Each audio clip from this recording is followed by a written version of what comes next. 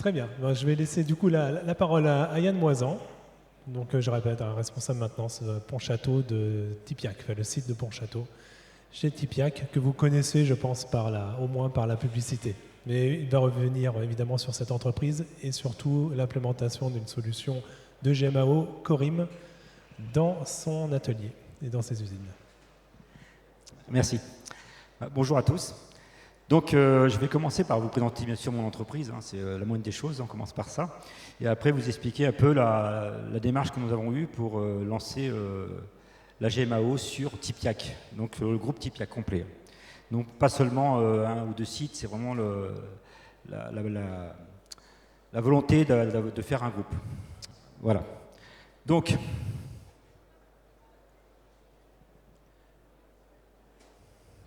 voilà, donc Tipiac traiteur pâtissier, enfin Tipiac. Donc ça a deux secteurs, 4 pôles d'activité. Dans un secteur sec avec l'épicerie, hein, vous connaissez sans doute la semoule, Tipiac. La panification avec les croûtons aussi qui sont connus. La partie traiteur pâtissier qui est là plus ma partie, hein, avec tout ce qui est produits cocktails salés, sucrés et apéritifs. Les plats cuisinés surgelés, donc là, c'est coquille Saint-Jacques, brandade de morue. Donc je pense aussi, on a dans le secteur froid tout ça. Voilà. Donc Tipiac, hein, c'est 7 sites industriels, 4 pôles. L'épicerie, panification, traiteur pâtissier, implanté essentiellement sur l'ouest de la France. Voilà. Donc, comme vous pouvez le voir, hein, c'est deux familles hein, qui ont fondé cette société. Donc c'est une société familiale.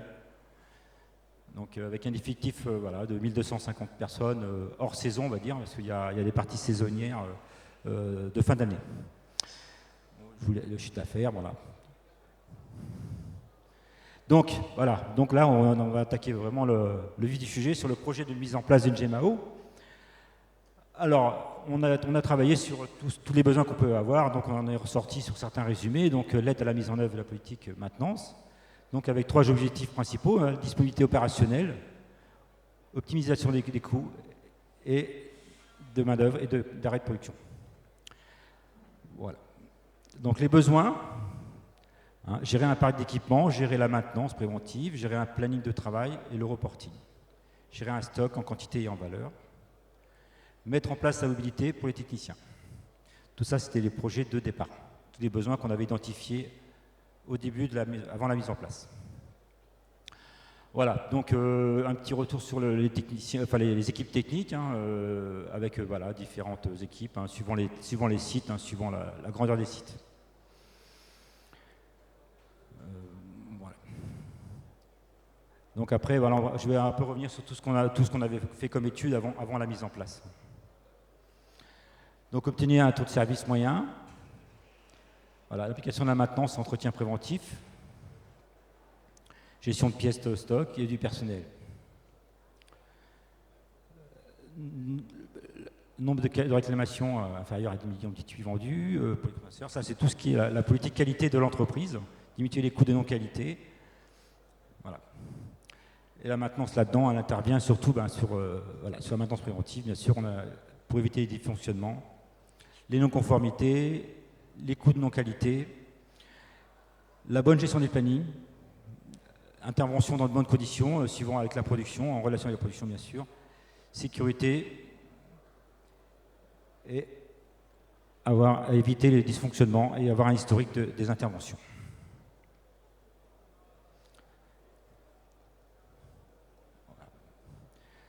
La maintenance, bien sûr, hein, doit être acteur sur la politique de qualité de l'entreprise. Donc on recherche bien sûr des gains sur la disponibilité opérationnelle, des gains sur les non-qualités.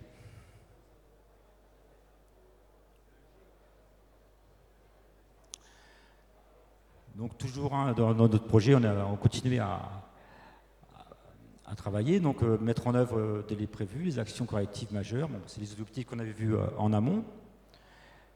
Après, voilà, de derrière nous, c'est ce qu'on avait mis en place, enfin, les besoins qu'on s'était mis. Hein, la planification permet de donner des délais, résiste. Un peu plus fort peut-être ouais. J'ai une voix qui est un peu grave et j'ai du mal à... Je suis pas habitué au micro. Je suis pas trop habitué au micro.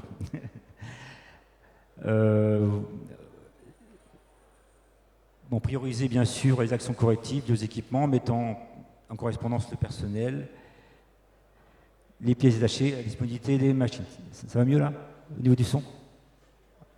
C'est bon? Ok. Mesurer l'efficacité de nos lignes de production, obtenir des taux de panne cibles. Pour ceci, les causes de panne vont être analysées grâce à la GMAO, ce qui conduit à améliorer la maintenance préventive.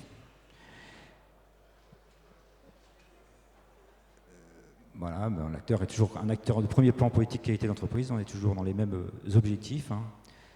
Pour cela, il faut avoir des gains sur les non qualifiés, encore une fois, et diminuer les roulements pièces détachées.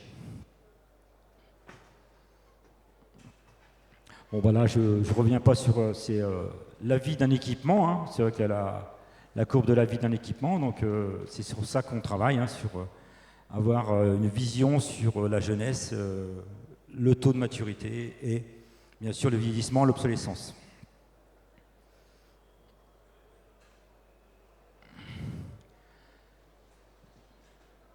Toujours, alors là on est toujours dans la phase bien sûr d'études et de projets. Donc là on parle plus d'investissement, donc pour renouveler les équipements, avoir une vision de tout ce qui est taux de dysfonctionnement des équipements tout au long de sa vie, et d'orienter aussi les investissements de nouvelles machines ou de rétrofit, enfin tout ce quoi un service maintenance est amené à faire, et à faire des demandes. Donc une aide au diagnostic nous permet d'avancer dans ces projets. Voilà. Donc voilà, on doit, si on travaille bien avec la GMAO, bien sûr, faire vivre la maintenance préventive, allonger le temps de maturité des équipements, et voilà, faire du maintenance de différents niveaux et avoir aussi une vision de ce que l'on fait. Et bien sûr, la GMAO est un outil d'aide à la décision. Donc on recherche bien sûr des gains sur la rentabilité des investissements et des gains sur le budget d'investissement.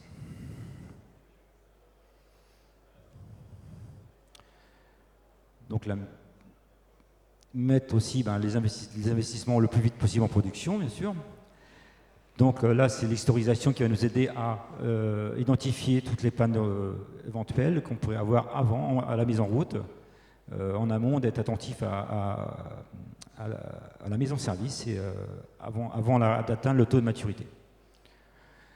Bien sûr, c'est suivre ces équipements comptablement, à travers des inventaires. Donc on fait des inventaires du parc machine. Alors, il y a bien sûr les machines fixes, mais il y a aussi les machines mobiles. Donc il faut avoir une vision assez précise de nos équipements et de notre parc.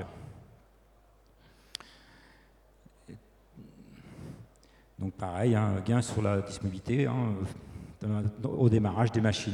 Ce n'est pas toujours évident de faire des bons démarrages.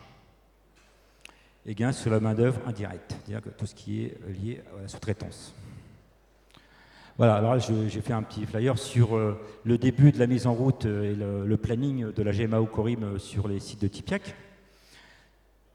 Donc bien sûr, finir la mise à niveau du parc, tenir à jour. Donc ça, c'était les premières phases. Tout de 2011, c'est la mise en marche de la GMAO chez nous. Donc voilà. Mettre en cohérence les logiciels de comptabilité, voilà. Saisir entre 3000 et 5000 interventions pour l'année pour permettre un meilleur suivi.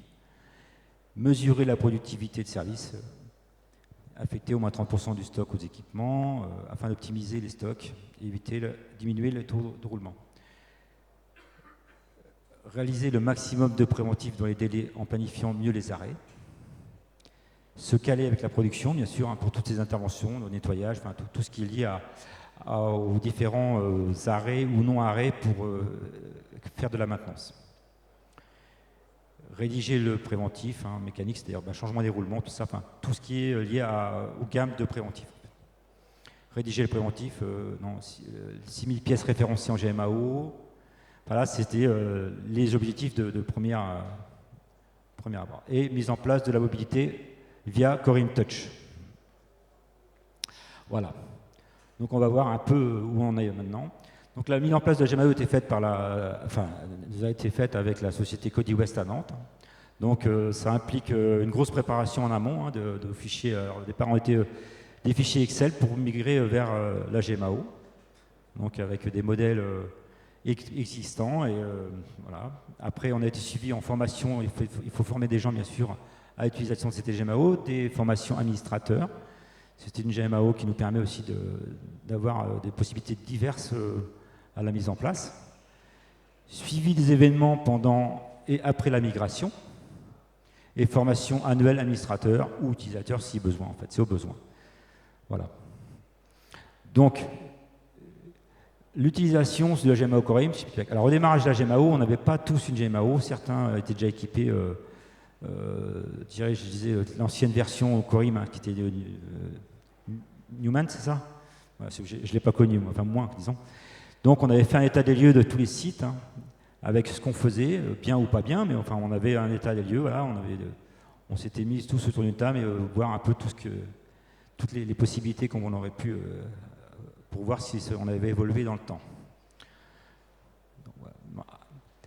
Là, ben, après, moi, je suis de TTP, donc j'ai été plus en détail sur les 3 sites. Hein, donc, les 3 sites sont situés à 50 km environ de distance, hein, entre Pontchâteau et Saint-Herblain, il y a 50 km, et entre Pontchâteau et Malville, il y a 20 km. Donc, on a une base commune, hein, qui nous permet de travailler les 3 sites sur la même base, donc avoir un stock renseigné identique aux 3 sites. Donc, ça nous permet en temps réel de savoir si les pièces détachées sont disponibles sur un des 3 sites. Voilà. Donc, on avait fait une gestion de stock, donc on ne travaille pas forcément de la même façon, par contre. Hein, bon, voilà. Stock enregistré correctement géré, pas de réappro automatique, hein, ils préfèrent gérer les pièces d'urgence. Stock enregistré correctement, géré 2300 en automatique sur 3900. Stock enregistré correctement, géré au niveau de Saint-Herblain, pas de réappro automatique aussi. Donc là, c'est un plus petit site, hein, ça se peut se comprendre. En gestion du préventif, toutes les machines sont enregistrées à Malville et gérées par secteur. À Pontchâteau, c'est la même chose, et à Saint-Herblain, c'est la même chose.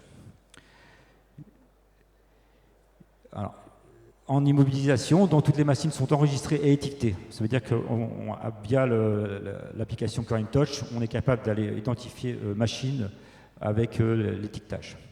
Donc, il nous permet de faire un inventaire de parc assez précis. Voilà, alors j'ai mis quelques slides au niveau de mon site, hein, avec les objectifs et les résultats obtenus, hein, par année. Hein. Donc, on est assez stable, on va dire. On était quand même en 2013 avec un taux de correctif de 25% et qu'on a réussi à diminuer en augmentant notre préventif plus ou moins, et puis en travaillant surtout aussi sur l'amélioratif. Donc on est maintenant aux alentours de 19-20%, même encore en ce moment, en 2019 aussi. Donc voilà, donc les gains obtenus, on va dire, là c'est ce qu'en 2008 on n'avait pas la GMAO, mais on avait quand même pris des mesures de préventif, mais pas suivi en gamme automatique, hein, bien sûr, plutôt en systématique avant la GMAO. Donc on voit bien qu'on était sur un taux de correctif à 45% en 2008. Hein. Donc on travaillait moins sur le préventif. Et, au fur et à mesure, on a essayé de travailler sur le préventif jusqu'en 2011 avant la GMAO.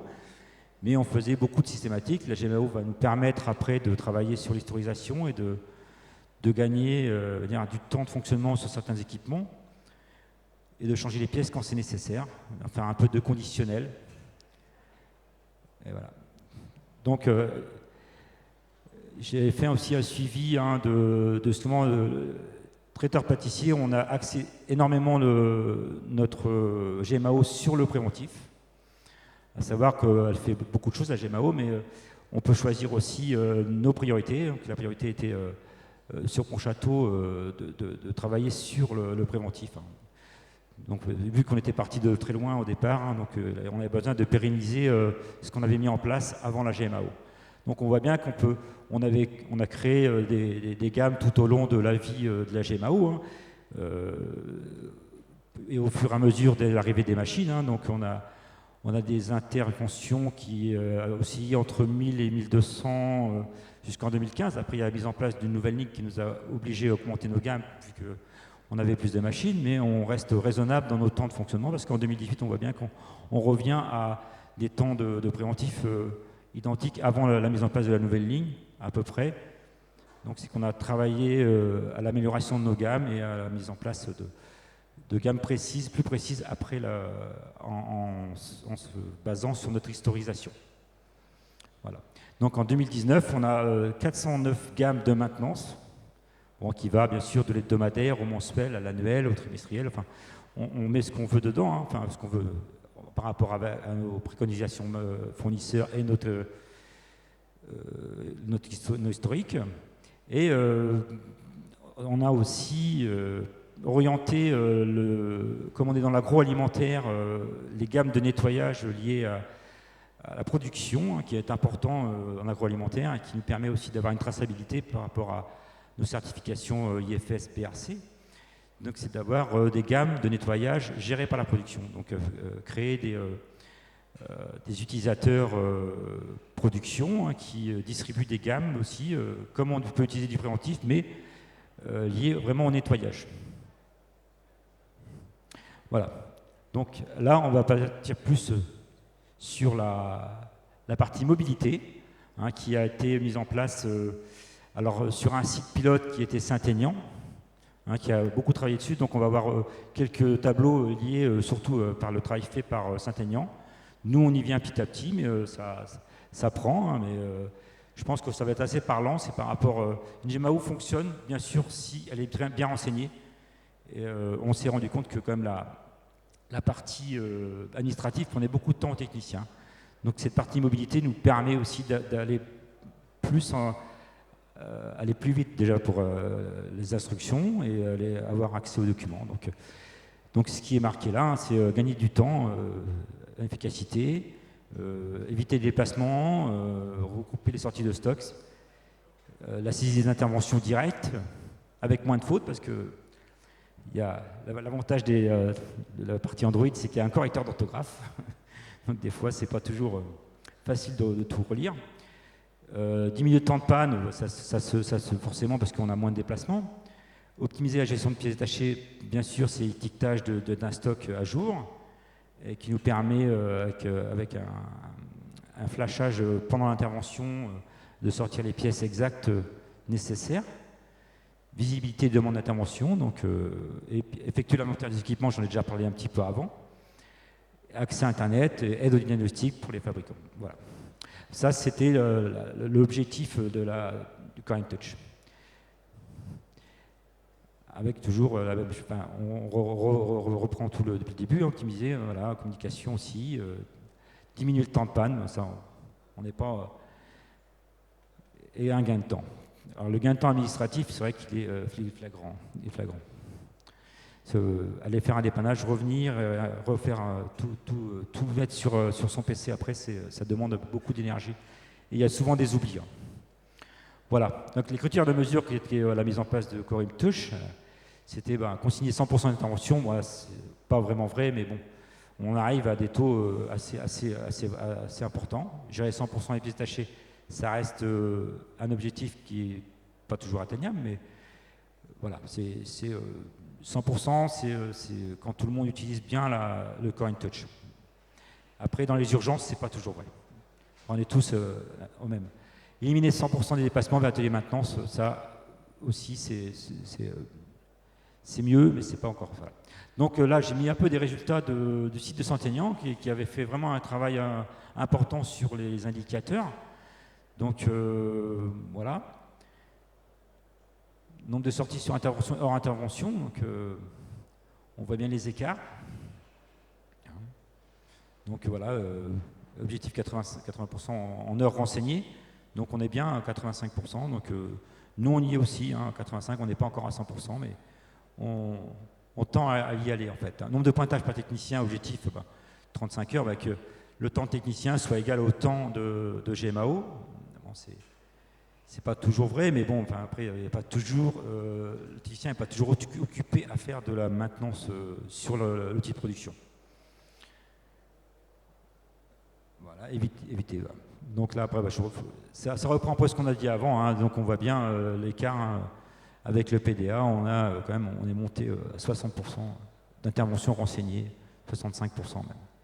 Voilà. Et le taux de pièces, c'est pareil, on voit bien l'écart. Pièces sur intervention, on voit que ça remonte bien. Voilà. Alors, on utilise aussi toute cette partie mobilité à l'inventaire du parc, sortie de pièces, visualisation de documents, saisie directe sur intervention, gestion des compteurs, agenda individuel, journalier des tâches à effectuer et consultation du stock. Donc c'est vrai que quand on est sur un dépannage, on peut quand même avoir un maximum d'informations pour éviter les déplacements et aller au plus vite sur nos interventions. Alors les documents, mais c'est ce qu'on met dans la GMAO, donc c'est à nous de bien renseigner avant nos parcs avec les documents nécessaires. Voilà. Donc, on revient sur la gestion des fonds. Alors là, c'est pareil, c'est suivi. Comme il y a beaucoup de modules, enfin beaucoup, il y a des modules qui sont intéressants pour certains sites et moins intéressants pour d'autres. Donc le choix de certaines sites ont été le suivi des dépenses, bien sûr, le suivi des dépenses ou pas. Nous, on avait fait le choix de ne pas le faire. Donc on était encore sur... voilà, donc pas de compta non plus pour l'instant. Donc après, bien sûr, il y a des possibilités avec les autres logiciels, le SAP, enfin disons de passerelles pour travailler avec les différents services. Voilà.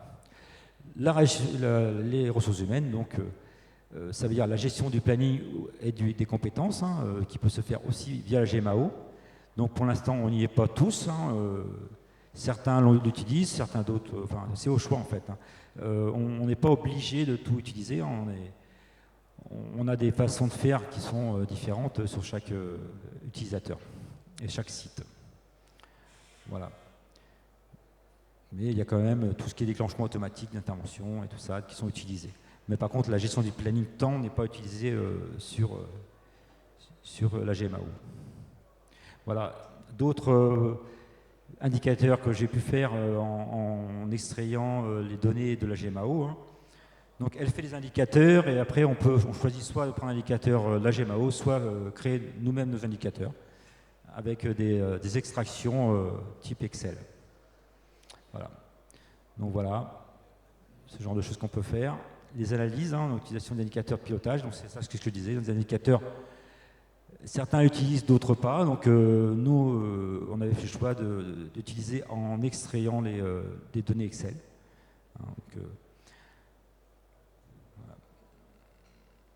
Voilà, donc on arrive à la fin. Donc l'avancement de la GMAO en 2019, les objectifs qu'on s'était fixés, donc le suivi budgétaire, la gestion d'alerte, la mise en place de budget prévisionnel par équipement est en cours. La connexion de la GMAO Corim avec l'ERP, c'est SAP, projet à l'étude actuellement. Donc par contre, on travaille beaucoup sur les mots-clés, enfin les codes clés. Le jour où on passe avec une passerelle, il faut qu'on soit prêt. Donc on a travaillé en amont aussi sur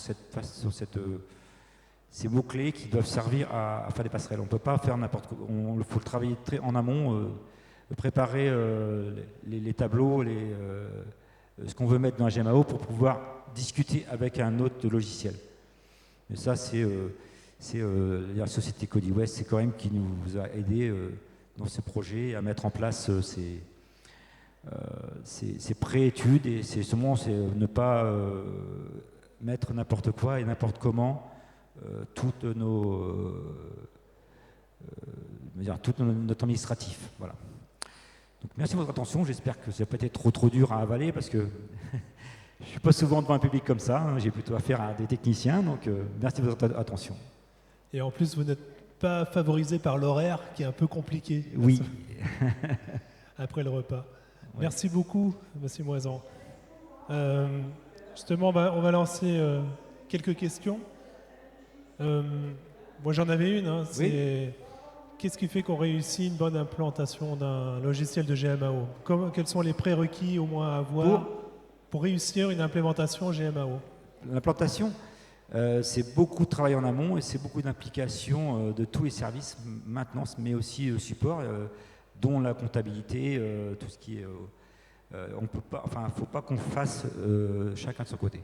c'est important d'avoir la vision globale de ce qu'on peut faire, les retours de facturation, parce qu'on peut aller jusqu'à la facturation. Nous, on ne l'a pas fait, mais on peut aller loin. Donc, il faut surtout travailler avec tous les logiciels qui peuvent être autour pour pouvoir discuter les uns les autres et pouvoir éventuellement faire des passerelles. Et ça passe nécessairement par la nomination d'un chef de projet. Exactement, un groupe projet. Quel profil alors doit-il avoir ? le chef de projet, c'était plus l'informatique. Parce que c'était eux qui étaient vraiment en lien avec tout le monde. Hein. Donc c'est eux qui font les installations, c'est eux qui nous aident aussi à faire les mises à jour et tout ça. Donc à gérer toute cette approche informatique, parce que c'est pas si simple que ça. Tout ce qui est lié à l'informatique est compliqué. Malgré l'approche très terre à terre de la maintenance, également de la partie production, mais... Non, c'est vraiment lié à terre, c'est un peu le mot.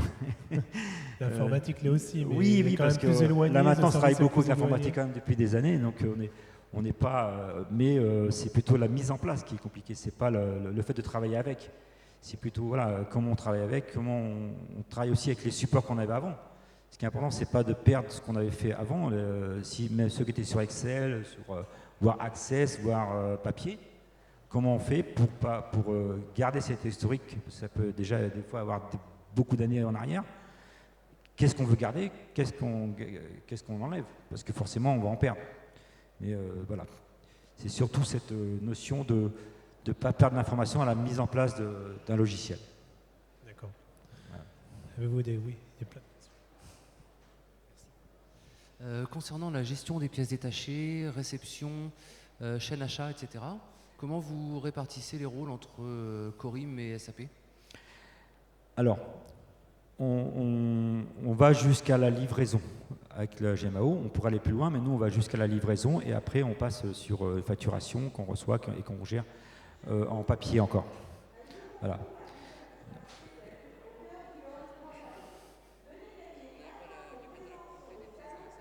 Non, on n'a aucune liaison SAP.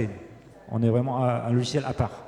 Il y a des possibilités de passerelle comptabilité. C'est-à-dire que si on va jusqu'à la facturation, ça nous ferait des signatures électroniques. En fait. Avoir ces comptabilités, là, il faut être précis, il faut que les livraisons soient à jour. Et là, on a des équipes, il y a un magasinier, je crois, à Saint-Aignan. Autrement, c'est les techniciens qui gèrent ce magasin, donc c'est pas forcément évident. Parce que déjà, avec tout le flux de dépannage et tout ça, malgré tout, les techniciens ne sont pas des magasiniers. Et donc, ça demande de la rigueur. Mais on y arrive quand même. Mais c'est vrai qu'il y a la partie, après comptabilité, plus compliquée. Pour nous, techniciens, on va dire. Voilà.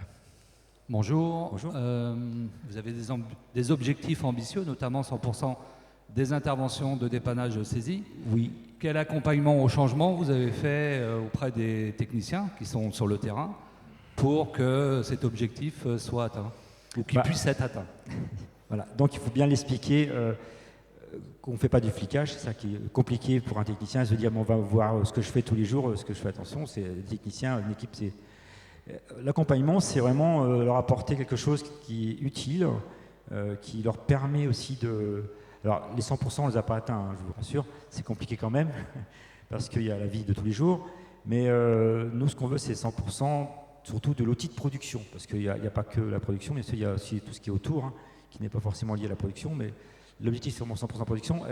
En fait, c'est travailler sur ce qui sort en produit, c'est que les gens soient bien conscients qu'on a besoin de sortir nos produits en heure et en temps, et je pense que tout le monde l'a compris chez nous, donc on se base beaucoup plus sur ça, il n'y a pas que la maintenance, surtout c'est notre outil de production qui est important, avoir la disponibilité des machines le plus possible, et puis des techniciens qui sont plus ou moins jeunes, c'était aussi ça la difficulté, parce que l'outil informatique n'est pas toujours évident pour tout le monde. Après, c'est d'avoir aussi une application. Alors, la particularité de la mobilité, c'est qu'on a travaillé, on l'a fait évoluer en même temps que Corim. Donc, on a travaillé avec les techniciens aussi, à leur demander ce qui leur permettait d'aller plus vite. Il ne faut pas que ce soit lourd. C'est important que ce soit un outil convivial. On voit toutes les applications qui se font maintenant sur le téléphone, donc il ne faut pas qu'on soit en retard là-dessus. Nos techniciens, ils sont modernes, ils ont tous un un téléphone. Et il faut le rapprocher aussi à un appareil qui fasse de bonnes photos, parce qu'on lise bien les documents. Sinon, ils ne le prendront pas. Et ça, c'est clair. Et c'est que par la mobilité qu'on pourra avoir un pourcentage de saisie le plus proche des 100%. Sinon, s'ils partent pendant 2 heures, 3 heures sur 2 ou 3 dépannages, ils reviennent, ils écrivent que la moitié. Ils oublient une partie, moi j'ai été sur le terrain aussi, je sais ce que c'est, on n'est pas surhomme, hein, les cerveaux sont pas adaptés à tout retenir, je pense. Dans ces cas-là, toujours. Merci. D'autres questions? Bonjour. Bonjour. Et merci. Juste une question. Pourquoi avoir choisi le logiciel Corim pour faire la GMAO et pas un autre éditeur ou fournisseur de logiciel GMAO? Alors, il faut que je revienne très loin en arrière, parce que c'était un groupe projet, hein, donc la décision a été prise collégialement. Déjà, la version de Newment avant Corim était sur 2 sites, je crois, de pas de mémoire, 1 ou 2 sites. 2 sites. Donc il y avait aussi cette volonté de ces sites-là de ne pas perdre du tout ce qu'ils avaient fait, hein, c'était assez logique. Et après aussi, l'évolution de logiciels nous paraissait intéressante, le nombre de modules possibles et le choix, je pense que le choix de chacun pouvait l'utiliser d'une façon différente. Parce que comme on est des sites différents, des services différents, on ne travaille pas tous de la même façon, il y a des politiques de maintenance un peu différentes, on n'est pas encore un groupe qui a cette volonté-là de faire une politique de maintenance de groupe, parce qu'on n'a pas les mêmes métiers, donc c'est compliqué, hein, forcément. Et cette partie-là était, pour nous, de ce qu'on nous avait présenté différents logiciels, mais c'est celui-là qui nous paraissait le plus adapté aux différents sites, on va dire. Voilà. Parce que ces différents modules nous permettent que soit on fait de la facturation, soit on fait du stock, soit on fait un peu plus de préventif, soit on choisit de subir le correctif. Mais on avait tous ce choix-là de travailler différemment. Voilà. Elle est modulable par administrateur, on va dire. Chaque projet a ses réussites et ses écueils. Est-ce qu'il y a dans toutes les phases de projet, est-ce qu'il y a des choses que vous referiez? Est-ce que vous avez des regrets sur la manière d'avoir mené telle ou telle étape? Je pense que ce serait plus le retard à la mise en place, le retard pour nous, hein, parce que c'est la complication de passer ces fichiers Excel, de remplir ces fichiers Excel, de transformer tout de ce qu'on avait avant, et c'est pas évident de s'y retrouver après. La prise en main n'est pas toujours évidente, bien sûr, hein, et je pense qu'en amont, qu'on aurait eu peut-être plus de formation administrateurs et utilisateurs, mais ça c'est avoir peut-être une version test en amont nous aurait un peu plus aidé, quoi. C'est quand on l'a mise en place, après c'est lourd à comprendre tous les us et coutumes, et on apprend au fur et à mesure. C'est vrai que le fait, moi je prends une formation administrateur une fois par an, et on en apprend à chaque fois. Donc c'est puissant, une GMAO, hein, il ne faut pas perdre le fil. Il faut bien, là, par contre, c'est important, là, en termes de réussite, c'est de se former tout au long de la vie de la GMAO. Et de mettre des objectifs l'année prochaine, je travaille sur tel sujet, j'ai abouti à la fin de cette formation. Voilà.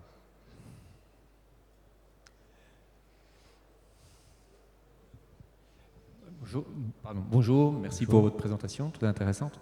Vous avez parlé d'une base commune pour la gestion des articles. Oui. Est-ce que vous pouvez nous en dire plus sur la façon dont c'est géré, qui gère, comment vous codifiez les articles, ce que vous pouvez nous dire sur cet aspect-là? D'accord. Merci. Alors, la codification, elle est automatique. La GMAO le fait. On aurait pu le faire différent, mais nous, on a choisi de la laisser automatique, parce qu'on peut aussi choisir de mettre sa propre codification. Mais l'intérêt, c'est, en fait, comme c'est un magasin central, on crée d'abord des pièces, et après, chaque magasin va chercher la pièce. Donc, c'est géré par site. La difficulté, c'est pas d'avoir de doublons, de ce genre de choses. Donc, on est passé par des modes opératoires, bien identifiés. Bon, il y a quand même des petits défauts, hein. Et puis limiter le nombre d'utilisateurs qui puissent faire beaucoup de modifs. C'est surtout ça. Il faut bien cibler les utilisateurs qui vont faire les modifs. Et essayer de réduire au maximum l'accès à ce genre. Mais ça, tout est possible à ce niveau-là. Ça vous suffit? C'est bon? J'ai bien répondu. D'autres questions?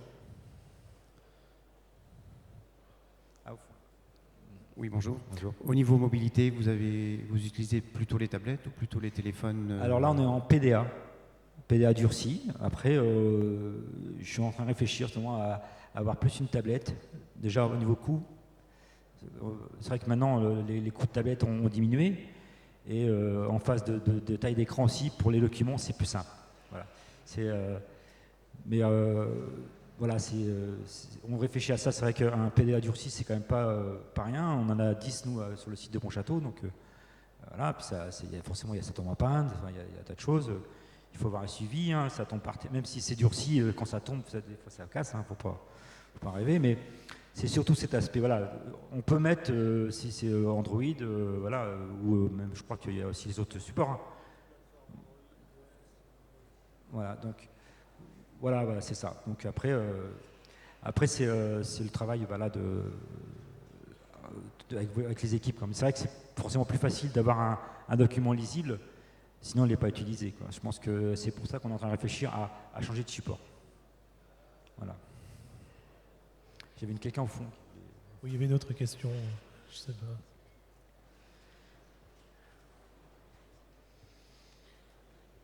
Merci. Bonjour.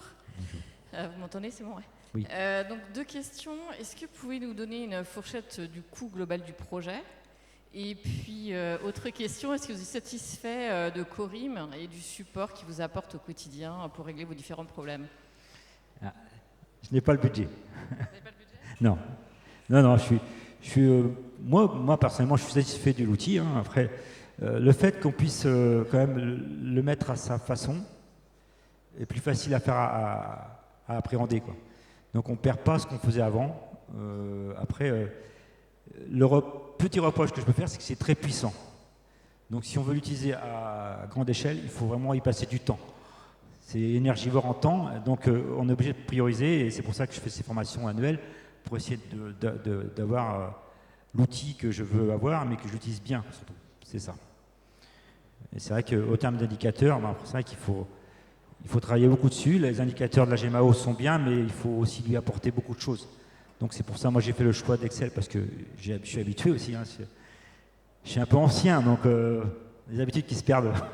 On aime bien Excel, hein, pendant des temps. Donc après, mais je pense que si le renseignement du temps d'ouverture des machines et tout ça est bien mis dedans, l'utilisation des indicateurs peut suffire. Voilà.